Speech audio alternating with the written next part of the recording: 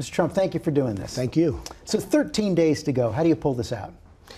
Well, I think we're doing very well. The new polls just came out. We're leading in Florida. If you look at the lines and all of the people standing on lines in the state of Florida, it's incredible. I just had last night, as you know, I was in Tallahassee. We had 25,000 people. We had 16,000 people the night before. We're having, I mean, if I have a crowd less than 15,000 people, it's considered a small crowd. There's never been anything like that. Now, after this, I'm going to North Carolina, where we're also doing very well.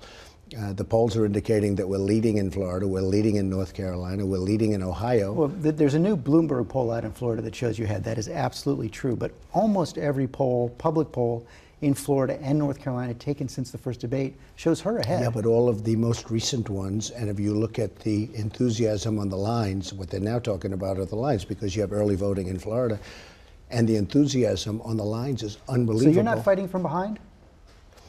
George, I think I'm going to win. I mean, what can I tell you? I think I'm going to win. I really believe that we've gotten a very unfair narrative from the press. I feel the press is very dishonest. I know the press is very dishonest. And I think we're going to win. I think we're going to win Florida. I think we're going to win Ohio. You know, it used to be if you win Florida, you win Ohio, you win. We're going to win North Carolina. We're going to win a lot of states. Got to win all three of those. Yeah, I think I will. I think I will. And what do you say? And I think we'll win a lot more than that. We just got great numbers on Wisconsin, as an example. I think we're going to win a lot more than that. I did the first interview of this campaign on the first day Trump You Tower. did. We did. That's We're right. here in a Trump hotel today. Right. But what do you say to supporters of yours who think you shouldn't be taking time off the campaign trail from the battleground states? Well, I think it's so unfair because, you know, Hillary Clinton goes to see an Adele concert last night, and everybody says, oh, wasn't that nice? Isn't that wonderful? I did 8 stops yesterday, 3 major rallies where, you know, where I told you 25 and 15 and 20, and it's thousands of people. I did 3 plus many other stops. I came here, and let me just tell you what this is about. Under budget, ahead of schedule. I built one of the great hotels of the world. What am I supposed to do, not show up? I'm taking 1 hour off. I'm going to North Carolina right after this. Then I'm going back down to Florida. I'm going up to New Hampshire. I'm all over the place. But I can't take 1 hour off to cut a ribbon at one of the great hotels of the world. I mean, I think I'm entitled to it. She does 1 stop because she has no energy. She's got nothing going. She does 1 stop, and nobody complains about that. Nobody complains when she goes to an Adele concert all night long while I'm making 2 speeches at rallies with, you know, massive crowds. I come here, and it's true. There's a narrative. You have it, and a couple of the other haters have it. Donald Trump is stopping. I mean, I spent $200 million building a hotel, but you know why I really wanted this? And I love the fact that it just opened just before, because I built this hotel under budget and ahead of schedule. Now, that's why I'm doing this. That's one of the, I think I'd be here anyway. It sends a message. Front page of the No, it sends, you know what it does? It sends a real message, George, because we have road projects and tunnels and all the things we're doing end up costing 3-4 times what they were supposed to cost, and they never get finished. Front page of the Washington Post today says you're not going to have any more fundraisers this campaign. She is definitely going to outspend you in the home stretch. To avoid that, are you willing to write a check to your campaign? Yeah, I am. I mean, look, I'm going to be in for over $100 million. Only $56 million so far. Well, no, it's 61, but I'm spending a lot of money, and that doesn't include everything. I'm spending a lot of money. Hey, look, she's spending nothing. She ripped off the country for $250 million. She has no money invested in her campaign, 0. In fact, I asked her at one of the debates, I said, why aren't you putting up 10 or 20 or 15 or something million dollars? And she didn't respond. How much more are you going to put up between now and Election Day? I would say a lot. I'm not going to say what, but I will be over $100 million, and it could be much more than that. You've talked a lot about the fact that you think this election could be rigged. I want to go back to 2012. You sent out a tweet. I think the system is rigged. Election night, 2012. This election is a total sham and a travesty. We are not a democracy. How was the 2012 election Because rigged? I look at the way the media treats the Republicans and conservatives, and I see the way it's so skewed. If things are good, like this morning, I watched one of the networks. They were devastated when the Bloomberg poll came out that said I was leading. They were devastated when they went down and they interviewed the people on the lines waiting to vote yesterday. And they were like devastated because they couldn't find anybody in Florida. They couldn't find anybody wanting to vote for Hillary. Look, it's so skewed. The media is part of the problem. But you called the whole election a sham and a travesty. Oh, well, I think it was horrible the way they were treated in the media. The only thing worse is the way I'm being treated. Look, I'm being treated. Hey, it's record-setting bad treatment, what I'm getting. It's the greatest pile-on in American history. I think beyond politics, the greatest pile-on, and that's okay. I'm okay with it. Because you know what? The people get it. The people understand what's going on, George. They really get it. I go to these rallies, and they're starting to hate the media because they see it's all a big lie. And not all, but a lot of it's a big lie. Now, at the same time, you have some wonderful... like $1 billion in free media during the primaries. Well, I don't know if you call it $1 billion in free when it's bad. I mean, they give me... I do things that are good. For instance, I open up a hotel. I employed thousands of people building it and operating, and they're all saying, why is he off the trail? Now, everybody's been saying that I have more energy than anybody they've ever seen, and you might have to say that. Nobody's ever done so many stuff. I start at 7 in the morning, I get home at 1 in the morning, and then I get up and do another speech at 8. And in the meantime, she's sleeping all day long. Look, she does 1 or 2 events. I do 8. Then I come to Washington, D.C., I cut a ribbon, and on the thing it's, why is Donald off the trail? I mean, I've done so much more than her, and I can't take time out. But I'm off it because of under budget, ahead of schedule. Now, I will say this. That's a very unfair statement. What should really be, they should be talking about WikiLeaks and the horrible things that have come out about Hillary Clinton, the horrible things. They should talk about the FBI getting paid the head investigator getting paid $675,000, the wife, for campaign contribution, essentially from her best friend. You know that better than anybody.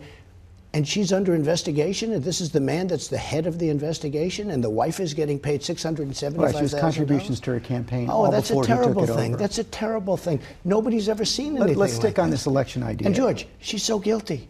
She deleted 33,000 emails. They're missing boxes of emails. She's so guilty. How can she even run? You have to see, there's such anger in this country. And the anger is about that, but there's such anger in this country over what she got away with. The FBI director, appointed by Republicans, said no reasonable prosecutor would bring this case. Well, he made a mistake, okay, or whatever. I don't even call it a mistake. I think something happened. Look, something happened. You go into the well, I think somebody talked to him. I think, hey, look, how can President Clinton, when the Attorney General says something going on, George. She's so guilty. Congress sends a subpoena. She deletes all of her emails, okay? She deletes them. Now, there are other things also, many other things. But just take that one. Don't even talk about anything else. There are many, many other things. Missing boxes of emails, deleting emails after they send her. Now, who's more important in terms of getting a subpoena than the United States Congress? She deletes 33,000 emails and gets away with it. And yet General Cartwright could go to jail George, General Cartwright, 4-star general, could go to jail. Think of this, for 5 years. You've made the point that you think... And Petraeus, his life has been destroyed. You've made the point that you think she's guilty. But if she does... I don't think she's guilty. I know she's guilty. If she wins, I know you think you're going to win, but if she wins, if she gets the kind of win that President Obama got, more than 300 electoral votes, several million in the popular vote, will you accept that as a clear result? I'll make that decision at the right time. I mean, don't worry about it. I'll make the decision at the right time. But we have a rigged system. And I'll tell you how the system's rigged. It's rigged by the media because it's totally unfair and biased. It's rigged by the media, and it's rigged when you see somebody running for office who shouldn't be allowed to run for office. Hillary Clinton deleted 33,000 emails. Do you know what was on those emails? And she said they were for the wedding and her spa, okay? Yoga classes. 33,000 emails. I would tell you what was on those emails was horrendous. Look at what's coming out with WikiLeaks. Look at what they're saying, where Podesta says that Hillary Clinton, running for president, has bad instincts. First of all, he should be fired if for no other reason. He's very disrespectful to her. He says a lot of bad things about her. But he said she's got bad instincts. Bernie Sanders says she's got bad judgment. So if Podesta says bad instincts, Sanders says bad judgment, why are people even thinking about running? All 17 U.S. intelligence agencies believe the Russians are behind that leak. Why don't you believe it? I don't know if they're behind it, and I think it's public relations, frankly. But you know what does bother me? I have nothing to do with But you were even told that by the Republican head of the Homeland Security Committee, Mike McCall. He said the same thing. I don't know what he said. He told you that he thought the Russians were behind it. Hacking is very interesting. Hacking is very hard to determine who did what. Okay, you know that. People are hacking all over the place. Nobody knows. They don't know if it's Russia. They can't guarantee it's Russia. And it may be. I mean, it may be Russia. I have nothing to do with Russia. She likes to put the narrative about Donald Trump with Russia. I have nothing to do with Russia. I don't know money. I don't have deals in Russia. I don't know Putin. But why not accept our intelligence agency's conclusion? Well, I haven't seen the conclusion. But you know what? Hacking, I understand. And it's very hard to determine who's doing the hacking. What I have seen, though, is I have seen WikiLeaks. And where they came from, I don't know. But they're real. And they're not even being denied. And the disrespect those people have, and the dishonesty, too, by the way, the dishonesty. I mean, the one that came out yesterday about, the server and going to President Obama, so therefore he knew about it. That brings him into the picture, which he didn't want to be brought into that picture. But her emails going to him, and he understands, and these are supposed to be classified emails. You want the a whole special... thing, I'll tell you what, the whole thing is a scam, and it's horrible. You want a special prosecutor to investigate Hillary Clinton, so now President Obama should be investigated as well? That's what you said yesterday. No, but President Obama made the statement that he didn't know anything about it, but in the meantime, he's getting emails. So it proved that he did know about it. You said yesterday she should be investigated. Who should be investigated? The president. Let them do whatever they want. Look, he knew. He lied. He certainly lied because he knew the emails because they were sent to him. Let's talk about Mosul. And that was a big deal yesterday. I mean, you do agree that was a big deal yesterday. It was news yesterday. It was news. It was news. Let's talk about Mosul. On Sunday, you sent out a tweet saying that the operation was a total disaster.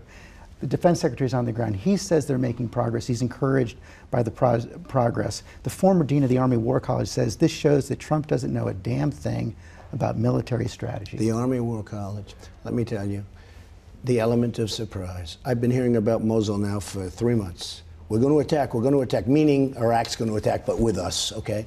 We're going to attack. Why do they have to talk about it? Why can't they keep it quiet and attack? Now, as you know, the attack is being met with great, resistance because they were totally prepared, because the politicians are all talking about it, because Obama's talking about it. Don't talk about it. Element of surprise. General George Patton.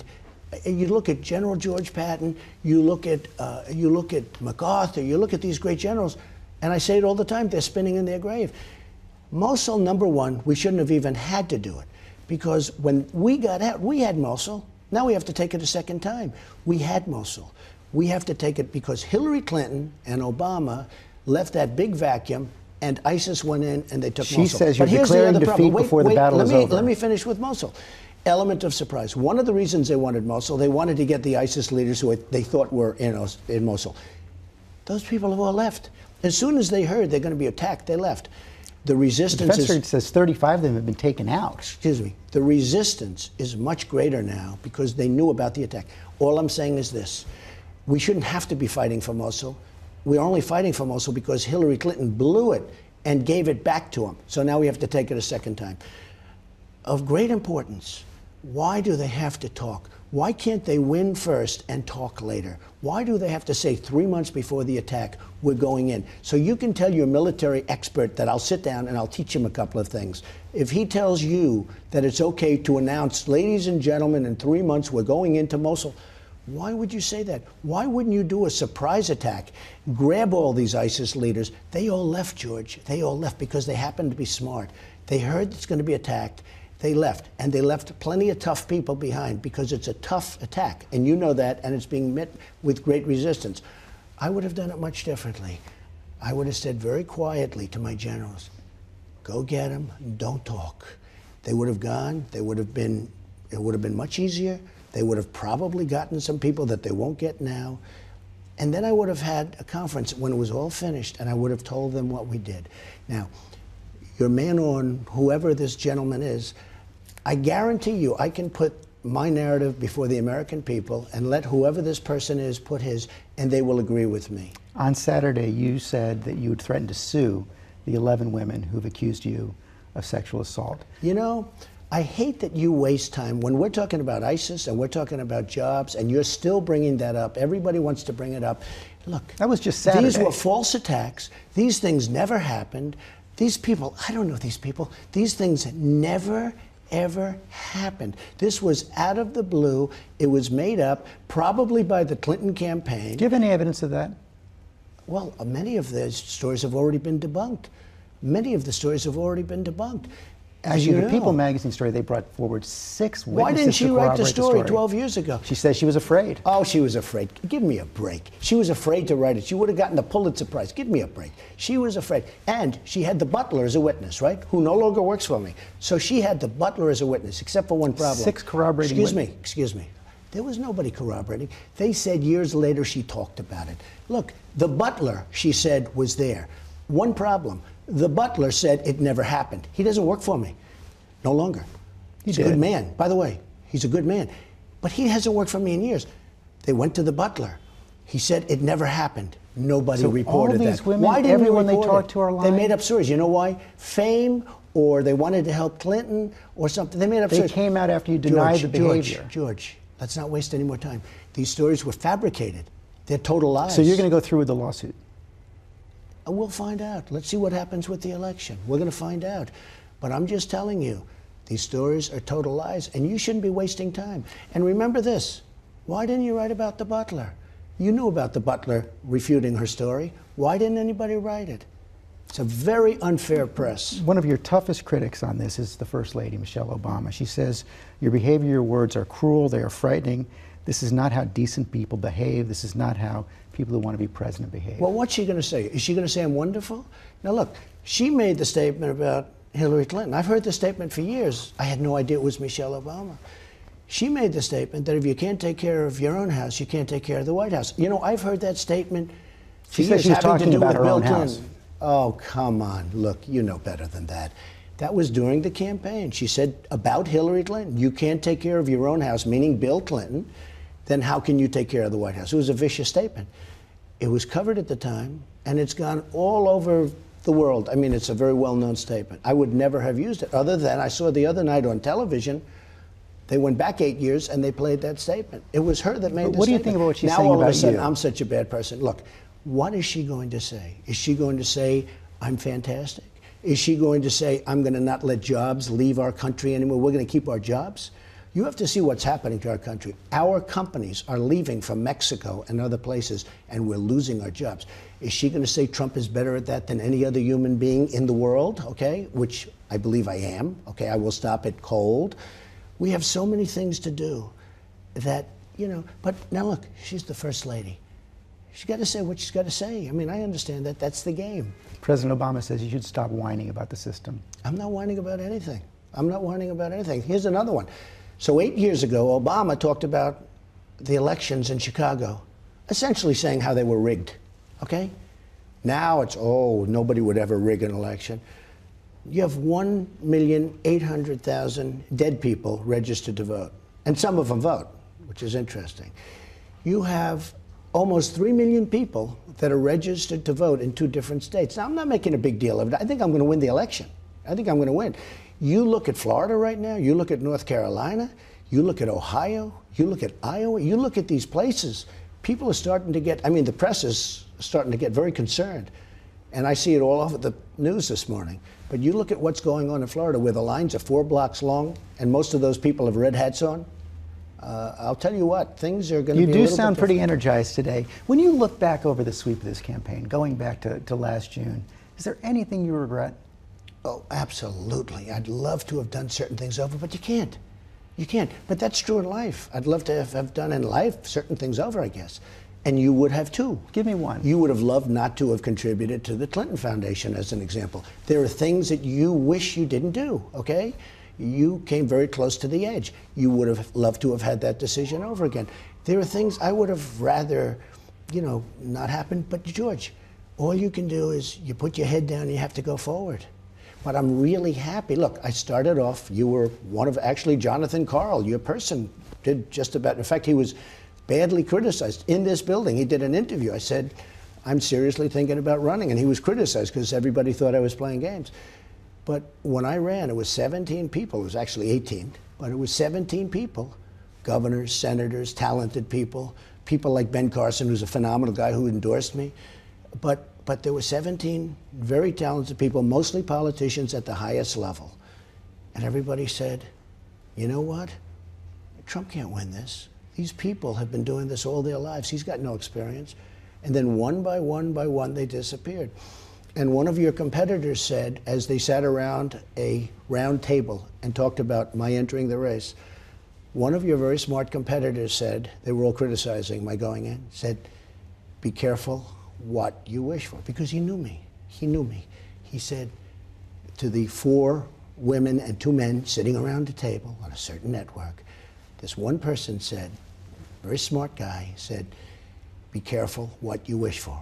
And when I went into the campaign, one by one they disappeared. Now, some are, I mean, they signed pledges. Everybody signed a pledge. Some are, you know, they can't get over the loss. They got beaten very badly. They can't get over the loss. It's very dishonorable that they didn't endorse. Very few, 3.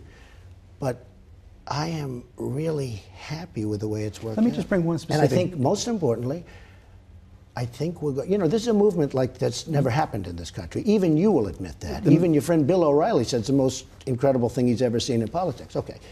And it's a lot of it's because of the movement, because of the crowds. There is tremendous spirit out there for change. People want change. Do you think you should have apologized to the Kahns or Judge Curiel?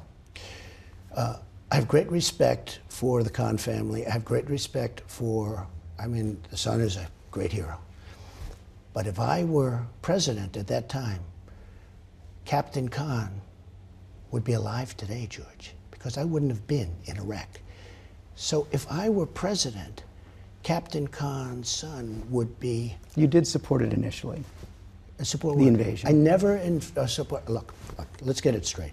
I was opposed to the war in Iraq. I was opposed to the war in Iraq. And for the most part, the honest people agree with it. Right from the beginning, I was opposed. Now, that was way before the war started, and that was the first time I was ever even asked about Iraq, and I gave a very, like, I don't know, who knows. Right at the beginning. That was long, that was way before. If you look at just before the war started, I said, don't do it, it's a mistake, you're going to destabilize the Middle East. From the beginning, I was opposed to the war in Iraq. Then they did magazine articles right after the war started. I was opposed to it then, and that was 100%. Had I been president, Captain Kahn would be alive today. We wouldn't have been in this horrible, horrible mistake of the war in Iraq. We made a mistake in going in, and Barack Obama and Hillary Clinton made a terrible mistake in the way they took us out, because we created a vacuum.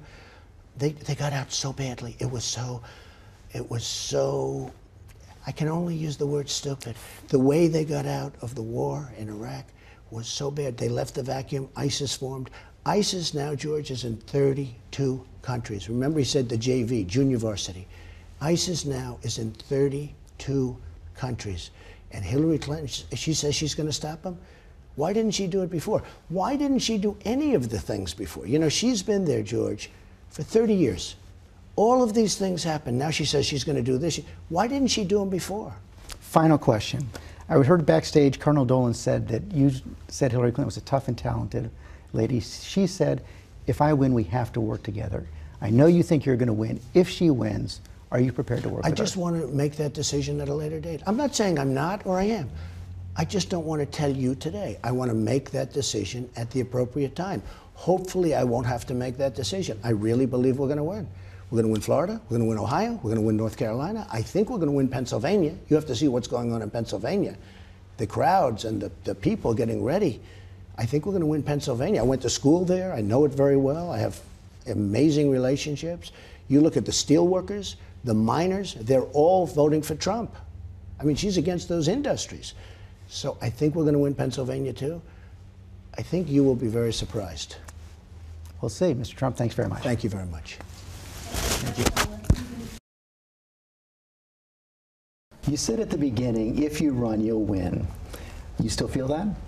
I feel that. I feel that. I see the connection with the American people and my husband, and he created a movement, and the crowd and the people that are behind him, it's unbelievable to see. Does it make you want to get out there yourself and help him out the final 2 weeks?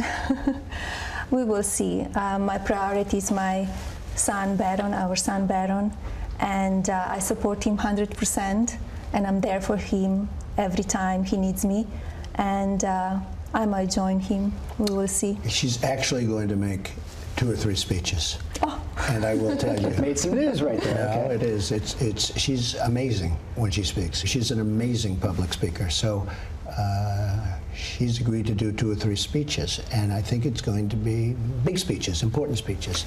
You mentioned I think it's going to be great. You mentioned Barron, and I wonder, we're going to be talking to the other kids in just a minute. How has the experience been for him? He's heard his father say a lot of tough things, heard a lot of tough things said about his father. How does he take it all in? I teach him, I explain to him so he knows what's going on, and he's taking very well. I keep him balanced and just have him a childhood as normal as possible, and he's enjoying his school and his sports. He's a great athlete, and I just want to have him out of the spotlight for now. Does he ask you about the news, though? Yes, all the time. He asks me about the polls all the time. It's very cute. It's like his dad, he follows the No, polls. he's a good poll. How's he doing in the polls? He's, of course, he misses his dad a lot at these days, but he's doing great. And if you could look back over this campaign and say 2 things, what has been the best moment? What's been the worst? The best moment, the movement that he created and showed the people what he wants to do for the country. And the worst, I would say, dishonest media and unfair media. You guys talk about this a lot. What is so unfair about the coverage overall? Well, I can just speak for myself that I don't want to mention a specific act, but so often they'll say, oh, Donald Trump said this or he said that, and what I said wasn't wrong. What I said was fine. If a Democrat had said it, if Hillary had said it, they wouldn't have even thought about it.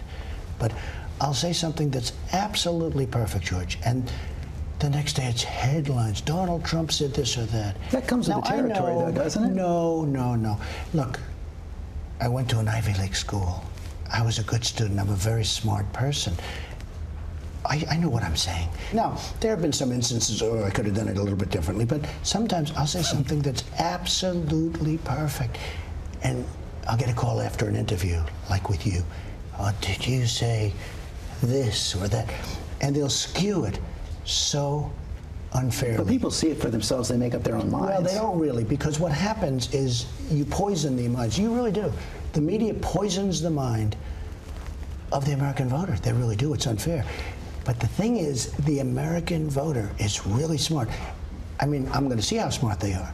But the American voter, I think the American voter is smarter than the media. It's clear you both feel very, very strongly about this. Clearly, we all know, and you've answered some questions about this since that Access Hollywood tape came out. I'm automatically attracted to beautiful. I just start kissing them. He apologized to you for that, but you said at the 3rd debate you didn't apologize to her about the women. The stories are all totally false. I have to say that. And I didn't even apologize to my wife, who's sitting right here, because I didn't do anything. Was that okay with you? They were lies. And as I said before, all the accusations, they should be handled in a court of law. So you believe the lawsuit should go forward? Yes, I believe that. And because to accuse somebody without evidence, it's very hurtful and it's very damaging and unfair. And but honestly, do we still need to talk about that? I think American people want to hear the problems that we have in America. She's so right about that. She's so right about that. They want to hear what we will do to make America better. Let's talk about jobs. Let's talk about secure our border. That's what American people want to hear about it. I think people just to finish, I can't apologize for something that I didn't do. Nothing ever took place. But it's more likely to go away if you don't sue. We'll see what happens, okay? Let's see what happens on the 8th. November 8th. Have you thought more about what you'd like to do as First Lady? I will focus on helping children and women, and also about social media in this 21st century. What's going on, it's very hurtful to children, to some adults as well, but we need to take care of children. Hard to keep it away from your kids. It is, but we need to teach them how to use it, what is right to say, what is not right to say, and because it's very bad out there, and children get hurt. By social media, by what's going on, and by negativity. You give him advice about tweets? Yes, I do, all the time. Well, look, it's a modern day form of communication, Judge. And you know, I have between Facebook and Twitter, I have 25 million people. It's a big asset. You have to use it right, but it's a big asset. But she'll tell you when you use it wrong. And she can give me very good advice, believe me. But what she's saying is true, though. I've seen so many people hurt so badly. Not just children. I mean, just people are hurt so badly by new social media. And she feels very strongly about it. She understands it very well. I'm sure it's you've very seen this. dangerous for The children. New York Times was all the people they say you've insulted Well, that's on okay. Twitter. That's okay. Most of them deserved it. Were you one of them? Actually, I wasn't. I was a little surprised at that. I'm surprised. Let's go check it. I can't believe I didn't include you. No, look, I believe in fighting back. When people are against me, when they tell lies, you know, I have the power of this instrument. And frankly, sometimes I'll use that. And I agree, sometimes it will revert back, or sometimes maybe it doesn't come out. You have to be careful with it. What do you think about Hillary Clinton, not as a candidate? I know you believe that Mr. Trump will be a better president of the United States. What do you think of her as a person? I don't know her that well. I think she's out there fighting. I think it's a political machine behind her. She's protected a lot, and they will not say everything what needs to be said. And finally, you're okay with what happens no matter how the vote goes on November 8th? Yes, the life goes on, no matter what happens. But he's going to win? I think so. We're fighting till the end. Thank you both. Thank Thank you very much. This is really a question for everybody, but it's based on something you said when you were a teenager. You said that your father's legacy is your legacy. How has that changed over the course of this campaign? Well, we're very proud of our father and what he's accomplished. It is amazing. I've been joking for a while that when we started even just this project, we said Trump was coming to Pennsylvania Avenue, and we didn't even know at the time what exactly that meant, or how foreshadowing a statement that would be. I humbly and gratefully accept your nomination. We've seen all of you out there all year long. Don, there's a lot of talk about the possibility of you running for office yourself. Has this made it more likely or less likely? It's a tough process, it's a brutal process, but there is also that element that's just amazing to be able to touch someone that way, and I've seen my father doing that. So, I don't know, my only mission is to get him there because I know he can make a difference. And all three of you, you're not in the family business yet. You're still studying for the... I just graduated in May, so... Yes, are you interested? Of course I'm interested. I think I'm applying to law school, though, so I like to bring a different kind of skill set to the company. All three of you are senior vice presidents of the Trump Organization. So I want to ask you a question I asked your dad. There have been several stories recently suggesting that your brand has taken a hit over the course of this campaign. How worried are you by that? What are you going to do about it? So I think we have the hottest brand in the world right now, and I think buildings like this are a testament to what we do every day. Some of these studies are showing less foot traffic in some of the businesses. There's one, I guess, apartment in New York trying to get the Trump name off the building on Riverside Drive. Well, so I think the brand is much more than New York City, right? This is a global brand. I mean, when you look at the people that he's touching on a daily basis, the presidency, fixing America, is so much bigger than any of that, regardless. I think the brand is hotter than it's ever been, but it doesn't matter to me. I don't care. It doesn't matter. I don't care about the brand. I care about the country. Ivanka, you've got your own business on. I wonder what you say to the women who've started this Grab Your Wallet campaign on Twitter to boycott your collection. How does that make you feel? And what do you want to say to those women who are doing it?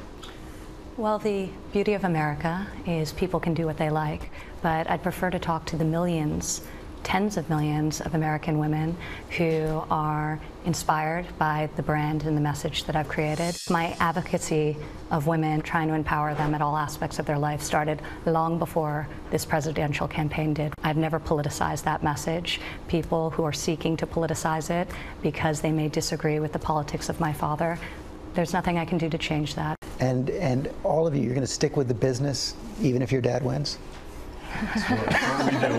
We're builders.